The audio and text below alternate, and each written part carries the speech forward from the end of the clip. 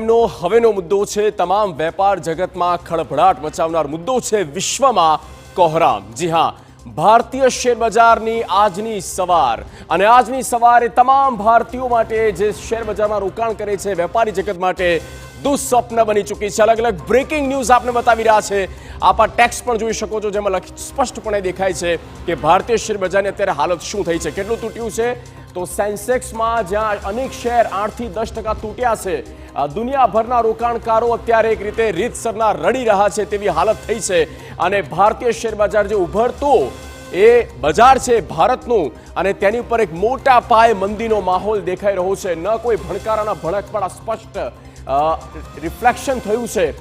ઇન્ટ્રાડેમાં 3900 પોઈન્ટથી હલચલ મચી ચૂકી છે। 50 રાજ્યો એવા છે જ્યાં અલગ અલગ જગ્યા પર રેલીઓ કાઢવામાં આવી રહી છે। અમેરિકામાં નિફ્ટી અને સેન્સેક્સ બંને તૂટ્યા છે, તેની અસર ભારતીય શેર બજાર પર પડી છે। પણ જે ટેરિફ નીતિ લાવવામાં આવી છે અને ટ્રમ્પે સ્પષ્ટ કહ્યું છે કે તેઓ પાછળ નથી ફરવાના, આગળ જ નીકળશે અને ટ્રમ્પની જે ટેરિફ નીતિ છે કોઈ ફેરફાર નહીં થાય। અને આ ટેરિફ નીતિ કે જે હજી તો કિંમતોમાં અસર કરી નથી, હજી તો માત્ર એ અનાઉન્સમેન્ટ થયું છે અને અનાઉન્સમેન્ટ થતાં શું થયું આપણે જોયું।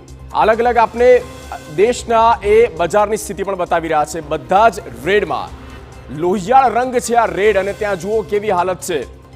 વૈશ્વિક સ્તરે અત્યારે ભારે મંદીનો માહોલ। ક્યારેય રોકાણકારોએ વિચાર્યું નહોતું શું થઈ રહ્યું છે। અમેરિકાનું એમનું પોતાનું માર્કેટ જુઓ, સતત ઘટ્યું છે। કેટલા પોઈન્ટ ઘટ્યું છે તે પણ અમે આંકડો આપણે સ્ક્રીન પર બતાવી રહ્યા છે। અમેરિકા હોય તેમાં નાસ્ડેક છે, ડાઉ જોન્સ છે, ત્યારબાદ જર્મનીનું જે માર્કેટ છે તે પણ ખાસું તૂટ્યું છે।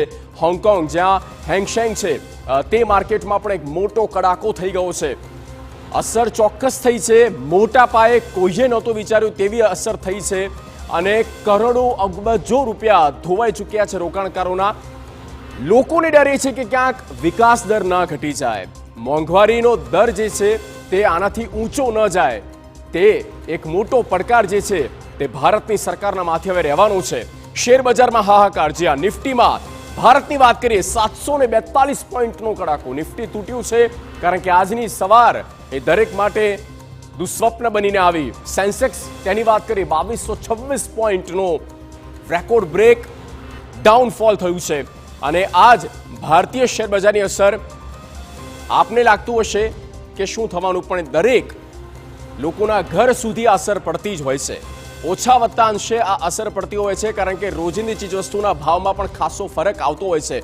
બુલિયન માર્કેટ આજે ખાસું નીચું ઉતર્યું છે।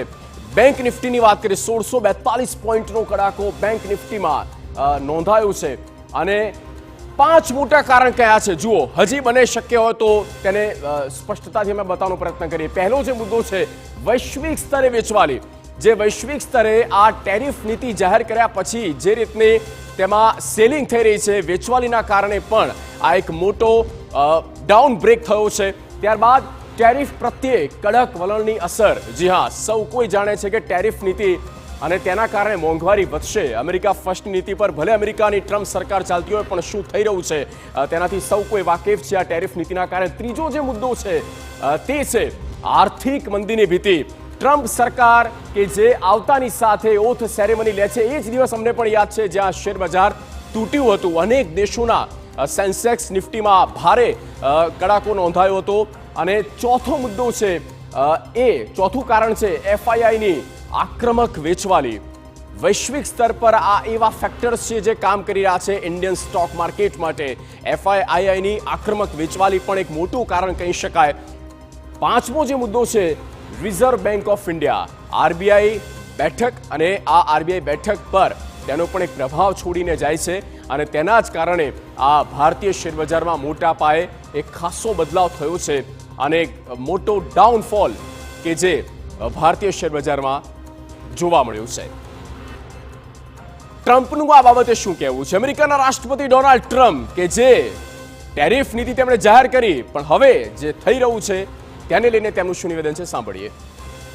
આ ટ્રમ્પની જે ટેરિફની કડવી દવા આ કહેવું પડે અને ટ્રમ્પે શું કહ્યું આપને સ્ક્રીન પર મેં આપને ટેક્સ્ટ થ્રુ બતાવી રહ્યા છે, હું વાંચી પણ લઉં। હું નથી ઈચ્છતો કે કંઈ પણ તૂટે, પરંતુ અમુક વખત વસ્તુઓને ઠીક કરવા માટે દવાની જરૂર પડે છે। અમેરિકાની વર્ષોથી નુકસાની ભોગવી રહેલી આર્થિક ગતિવિધિઓને ઠીક કરવા માટે ટેરિફ દવાની જેમ કામ કરશે. અન્ય દેશો દ્વારા અમારી સાથે ખૂબ ખરાબ વ્યવહાર કરવામાં આવ્યો. અમારું નેતૃત્વ જ નકામા લોકો કરી રહ્યા હતા, જેઓએ આ બધું ચાલવા દીધું, પણ હવે નહીં. અમેરિકાના રાષ્ટ્રપતિ ડોનાલ્ડ ટ્રમ્પનું આ સ્ટેટમેન્ટ છે. તેમણે આ તમામ જે શબ્દો છે તે કહ્યા કે જે પણ અમેરિકા માટે નુકસાનકારક હતું, કે જેમાં સુધાર લાવવાની જરૂર હતી, તે અત્યારે થઈ રહ્યું છે. આ દવા કડવી છે, પણ જતા દિવસોમાં અમેરિકાના હિતમાં છે તેવું એક રીતે લોકોને, ખાસ તો અમેરિકન્સને કહી રહ્યા છે. સુપર પ્રાઇમ ટાઈમનો ત્યારબાદ